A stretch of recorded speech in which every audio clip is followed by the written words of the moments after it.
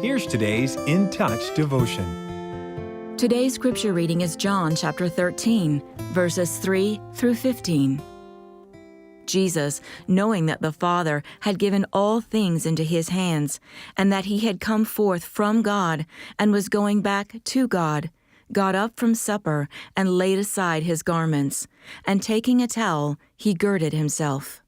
Then he poured water into the basin and began to wash the disciples' feet and to wipe them with the towel with which he was girded. So he came to Simon Peter. He said to him, "Lord, do you wash my feet?" Jesus answered and said to him, "What I do, you do not realize now, but you will understand hereafter."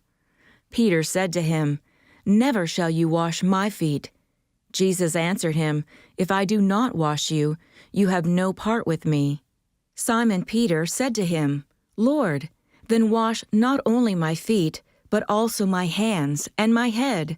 Jesus said to him, "He who has bathed needs only to wash his feet, but is completely clean. And you are clean, but not all of you." For he knew the one who was betraying him. For this reason he said, "Not all of you are clean." So when he had washed their feet, and taken his garments, and reclined at the table again, he said to them, "Do you know what I have done to you? You call me teacher and Lord, and you are right, for so I am. If I then, the Lord and the teacher, washed your feet, you also ought to wash one another's feet. For I gave you an example that you also should do as I did to you." In ancient Israel, sandaled feet got filthy after a day of walking. It was customary for a person entering a home to remove his sandals and clean his feet. Or if the homeowners were wealthy, servants would do the washing. This distasteful but necessary task fell to the worker of lowest position in the household.